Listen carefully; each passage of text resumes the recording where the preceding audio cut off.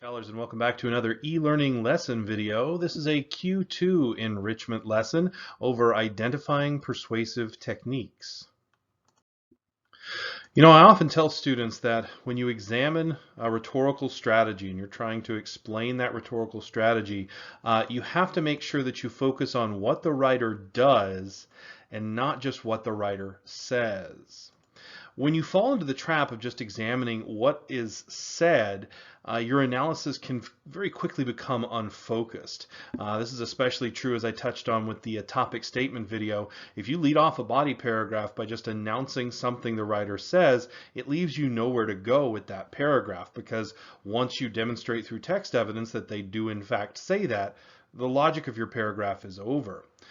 So that's one of the things that you can fall into. Another thing that you can accidentally fall into is when you just focus on what is said, there's this tendency to slip into summary and forget all about the actual analysis, which is the main task you're trying to do.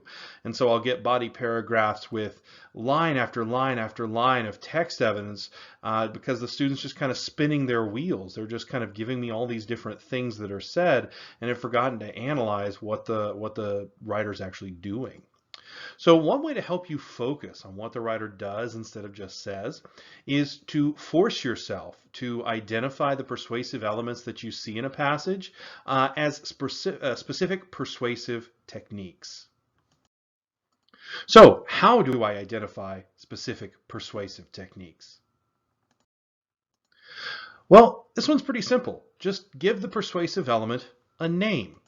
Yeah, make it a noun or a noun phrase and just call it what it is. There are hundreds of officially cataloged rhetorical figures. You've seen these before. They use those special Greek and Latin names.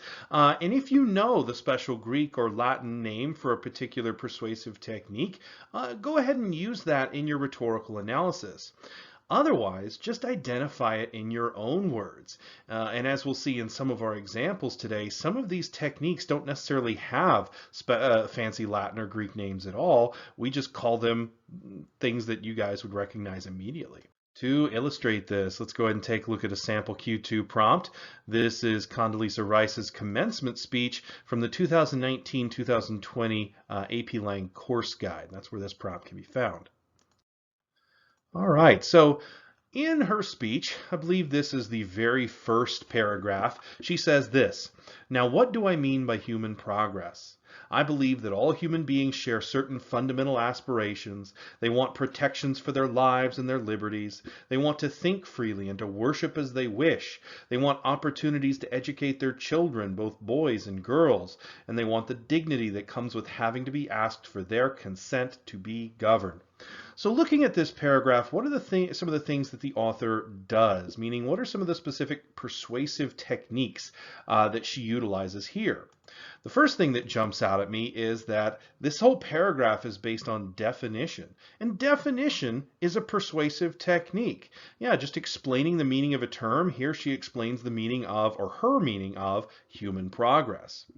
If you happen to know it, this is actually a very specific form of definition called systrophy, which is a type of definition where you list many qualities or descriptions of a thing without providing an explicit definition of its fundamental nature. And that's really how she goes about defining human progress. She doesn't say what it has to be. She lists all these characteristics of different people as kind of different qualities of what she means by human progress. There's another technique in here as well. You might know this one, hypophora. Hypophora is when a writer asks questions and immediately answers them. It's kind of related to rhetorical question, but whereas a rhetorical question is meant to kind of make a statement through a question, hypophora is really more of an organizational tool than anything else. The writer poses the question to themselves, really, and immediately answers the question. Let's take a look at another paragraph from that same speech. This is from paragraph 4. She says, well, today in the Middle East, the last bastion of that argument referring to the mistaken belief that people from non-Western areas simply don't want freedom. The last bastion of that argument, people are putting a nail in the coffin of that idea. They are not just seeking their freedom, they are seizing it. But freedom and democracy are not the same thing. Freedom and rights have to be institutionalized into rule of law, into constitutions.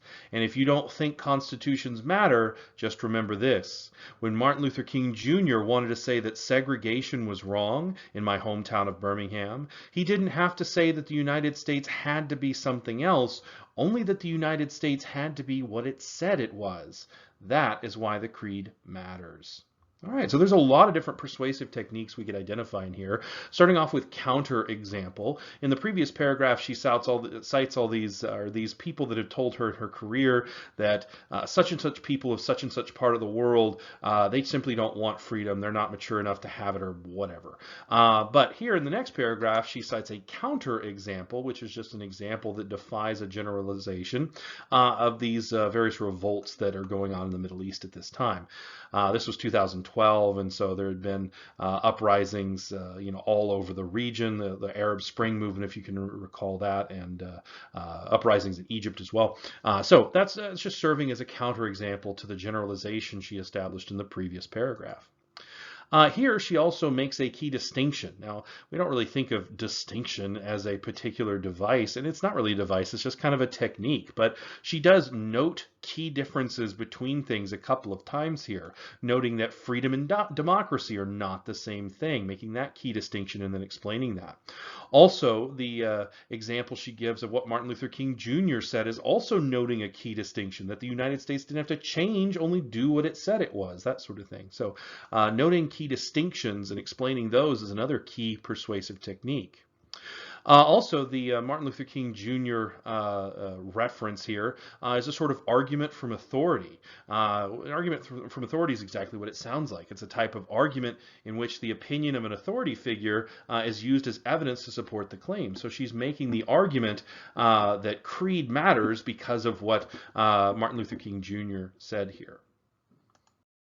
All right, let's look at one last paragraph. This is the last paragraph, the longest one. At SMU, you've been taught the importance of service. You've been taught to serve those who are less fortunate, and yes, it will help them, but it will help you more. Because when you encounter those who are less fortunate, you cannot possibly give way to aggrievement, quote, why do I not have? Or its twin brother, entitlement, quote, why don't they give me? In fact, you will ask instead, not why do I not have, but why have I been given so much? And from that spirit, you will join the legions of impatient patriots and optimists who are working toward a better human future. And yes, sometimes it seems very hard indeed, but always remember in those times of trial that what seems impossible seems inevitable in retrospect. A number of different things we could call persuasive techniques in here.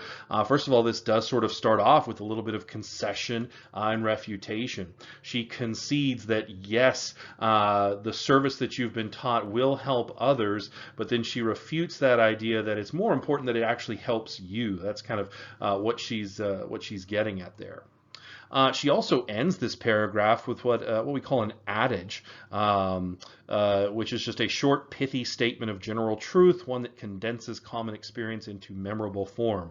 Yeah, when she says there at the end that in times of trial, what seems impossible seems inevitable in retrospect. A lot of people have said similar things to that, and it's just kind of an adage, a short statement of wisdom.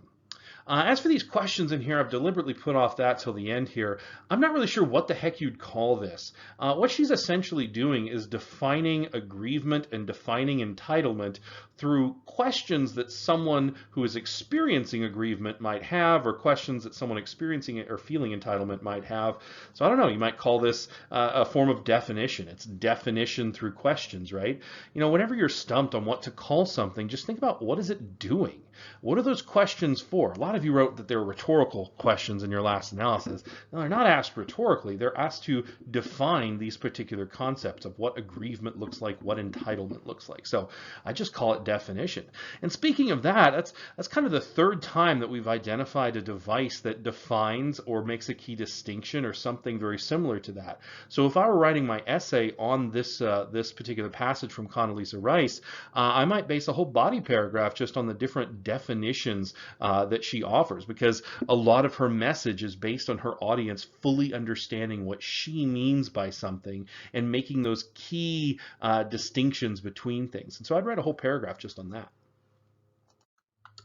All right, so it's important to remember the techniques that we see everywhere and not get so caught up in learning long lists of Latin and Greek words. Things like an argument. An argument is a technique. You know, if you're not sure what to call it, look at it. Are they just making an argument? Then you can just call it an argument. You can get a little more specific, though. You can call it an enthymeme if it argues through a premise, or you can call it an argument through example if it's offering examples in support of the claim. Other things as well, like generalization. That's just another term for the claim that's made based on example arguments. Or something like narration, telling a story, relating a series of events. Something like comparison. Just comparison is a technique. Description. Description is where you provide image-bearing details about a thing, giving those kind of concrete, physically perceived features of a thing. So these are everyday techniques that we see all over the place. Don't forget them. All right, scholars, that's all I have for you for this video. A little bit shorter this time, but please apply this to your essay that you're working on this week so that you can really work on identifying those persuasive techniques that will help you establish the what in that what, where, how, why model that I teach. All right, as always, if you have any questions, please don't hesitate to contact me, and I'll see you when I see you.